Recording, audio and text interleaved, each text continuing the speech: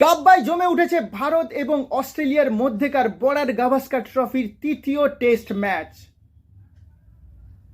Border Gavaskar trophy এখন 1-1 draw রয়েছে। গতকাল আপনারা সকলেই জানেন গাব্বায় অস্ট্রেলিয়া প্রথম ইনিংসে 445 রান করেছিল। জবাবে ভারত মাত্র 17 ওভার ব্যাট করে 51 রান তুলতে সক্ষম হয়েছিল এবং তারা চারটি মহামূল্যবান উইকেট হারিয়েছিল। ভারতকে যদি এই টেস্ট ম্যাচ বাঁচাতে হতো বা ভারতকে যদি ফলো অন এড়াতে হতো তাহলে ভারতকে করতে হতো 246 রান।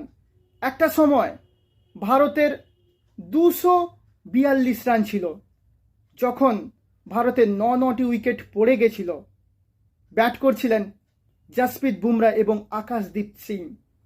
আকাশদীপ সিং প্যাট কামিন্সকে একটা 4 মারলেন এবং দলীয় রান 242 থেকে 246-এ পৌঁছে দিলেন। তারপর ভারতীয় ড্রেসিং রুমে গৌতম গম্ভীর, বিরাট কোহলি, রোহিত শর্মা এবং অন্যান্য কোচিং স্টাফরা যেভাবে আনন্দ প্রকাশ করলেন, দেখে মনে হলো ভারত টেস্টে ওয়ার্ল্ড চ্যাম্পিয়ন হয়ে গেছে। সত্যি এই যে দৃশ্যটা নিয়ে সোশ্যাল মিডিয়ায় ভীষণভাবে ট্রোল হচ্ছে ইন্ডিয়ান টিম, যে ইন্ডিয়ান টিমের এমন অবস্থা হলো যারা টেস্টে 1 নম্বর দল ছিল তারা ফলন বাঁচিয়ে সেলিব্রেট করছে ড্রেসিং রুমে। ভাবতে পারছেন? যেখানে প্যাট কামিন্সের সামনে ভারতের বিশ্ববিখ্যাত ব্যাটসম্যানরা থরথর করে কাঁপছে, সেই প্যাট কামিন্সকে আকাশদীপ সিং এবং জসপ্রীত বুমরা অনায়াসে ছক্কা হাঁকাচ্ছেন। কি আর বলবো ভাই, লজ্জা হওয়া উচিত এই ভারতীয় নামি দামি ব্যাটসম্যানদের।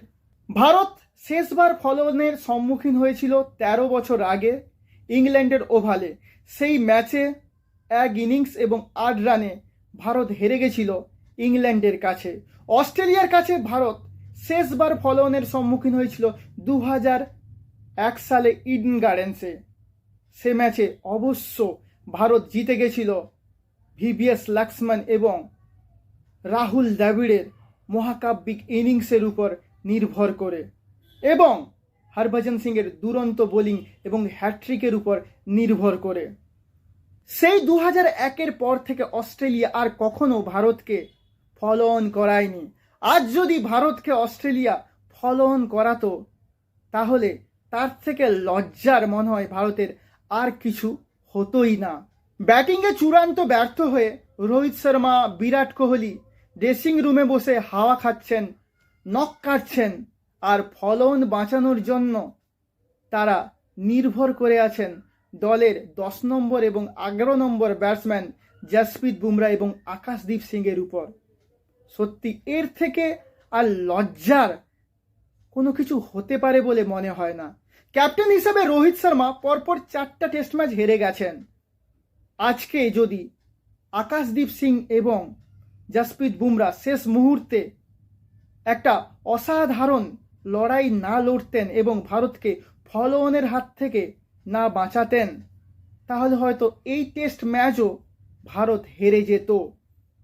তবে হার যে পুরোপুরি এড়ানো গেছে তা কিন্তু নয়।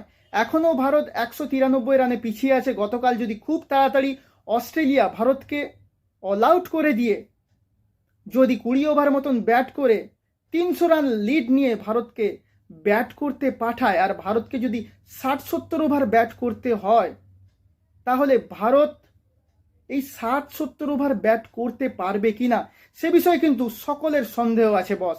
ভারতের ব্যাটসম্যানদের যে কারেন্ট ফর্ম সে বিষয়ে বলা যায় না হলফ করে যে ভারত এই বাকি 60-70 ওভার ব্যাট করে ম্যাচটা বাঁচিয়ে নেবে। তবে ভারতের পক্ষে বাঁচুয়া হলো বৃষ্টি। যদি বৃষ্টি হয় তাহলে ভারত বেঁচে যাবে, কারণ এই মুহূর্তে হার বাঁচানোর ক্ষেত্রে ভারতের সবথেকে বড় সাথী হয়ে দাঁড়াতে পারে বৃষ্টি। আর একটা দিক থেকে ভারত কিছুটা বেঁচে গেছে, সেটা হলো হেজেলহুড আর এই টেস্টে বল করতেও পারবেন না, এমনকি হেজেলহুড এই সিরিজের বাইরে চলে গেছেন। যাই হোক, গতকাল খুব ইন্টারেস্টিং ডে হতে চলেছে।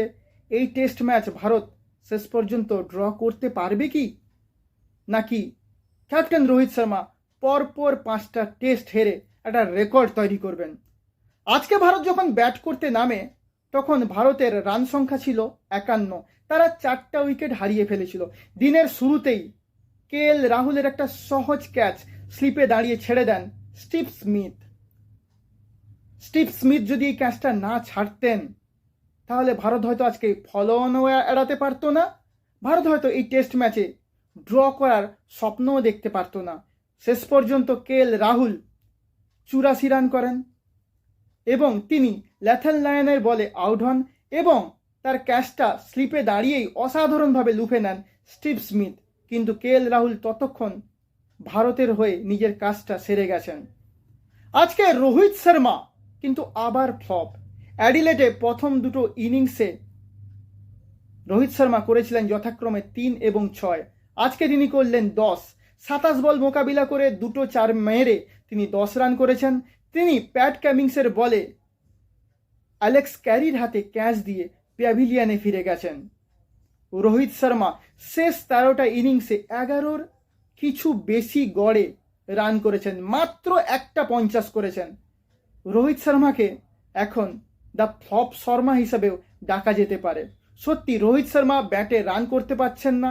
ব্যাটে রান না করে তিনি দলকে যেমন উদ্বুদ্ধ করতে পারছেন না, তেমনি তার ক্যাপ্টেন্সি দিয়েও তিনি কিন্তু দলকে উদ্বুদ্ধ করতে পারছেন না। এরপর নীতিশ কুমার রেড্ডি। তো নীতিশ কুমার রেড্ডি মোটামুটি এই সিরিজটায় দারুণ ব্যাট করেছেন, কিন্তু নীতিশ কুমার রেড্ডি প্রত্যেক ম্যাচে রান করবেন আর ভারতকে বাঁচাবেন তা তো নয়। আজকে নীতিশ কুমার রেড্ডি 16 রান করে প্যাট কামিন্সের বলে বোল্ড হয়েছেন। তিনি 61 বল মোকাবিলা করেছেন, একটি 4 মেরেছেন। মোহাম্মদ সিরাজ আজকে 1 রান করে স্টার্কের বলে ক্যারির হাতে ক্যাচ দিয়ে ফিরে গেছেন। আজকে দুরন্ত একটা ইনিংস খেলেছেন রবীন্দ্র জাদেজা।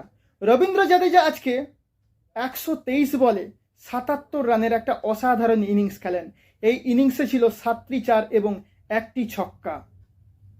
শেষ পর্যন্ত দ্রুত গতিতে রান তুলতে গিয়ে তিনি প্যাট কামিন্সের বলে মিচেল মার্শের হাতে ক্যাচ দিয়ে ফিরে যান। কিন্তু রবীন্দ্র জাদেজার এই অসাধারণ ইনিংস ভারতকে এই ম্যাচে টিকে থাকতে সত্যি অসাধারণভাবে সাহায্য করেছে। রবীন্দ্র জাদেজা যখন আজকে 77 রানে আউট হন তখন দলীয় রান ছিল 213। ফলন বাঁচাতে ভারতের দরকার ছিল 33 রান। এমতো অবস্থায় মাঠে নামেন আকাশদীপ সিং।